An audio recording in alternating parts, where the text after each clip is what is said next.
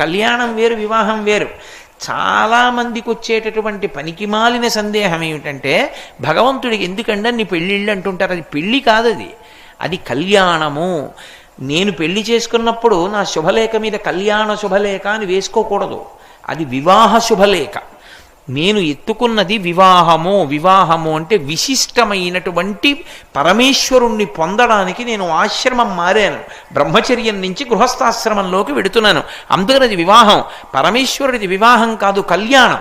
కళ్యాణం కాబట్టే అమ్మవారి వైపు నుంచి చెప్పాలి తప్ప అయ్యవారి వైపు నుంచి చెప్పకూడదు కళ్యాణాన్ని. ఎప్పుడు రామ కళ్యాణం చేస్తున్నామండి అనరు, సీతా కళ్యాణం చేస్తున్నామంటారు. నేను మొన్న మీతో అన్నాను కదా, శ్రీ, అందుకే అమ్మవారితో ఉన్న స్వామిని ఉపాసన చేయాలి. జీవబ్రహ్మైక్య సిద్ధికి అమ్మవారు లేకపోతే కళ్యాణం ఎలా చేస్తారు నాకు చెప్పండి?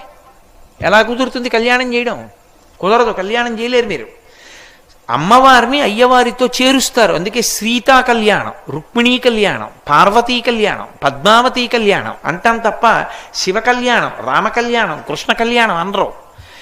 అమ్మవారు అయ్యవారి వైపుకి ఎడుతుందంటే జీవుడు బ్రహ్మముతో కలుస్తాడు. జీవబ్రహ్మైక్య సిద్ధికి కళ్యాణం అని పేరు. ఎన్ని జన్మలకైనా కోరుకోవలసింది ఏదంటే జీవబ్రహ్మైక్య సిద్ధి. అదే జ్ఞానము, అదే మోక్షము. అది మనుష్య జన్మ యొక్క చిట్ట చివరి ప్రయోజనము, మొదటి ప్రయోజనము, మధ్య ప్రయోజనము, పరిపూర్ణ ప్రయోజనం.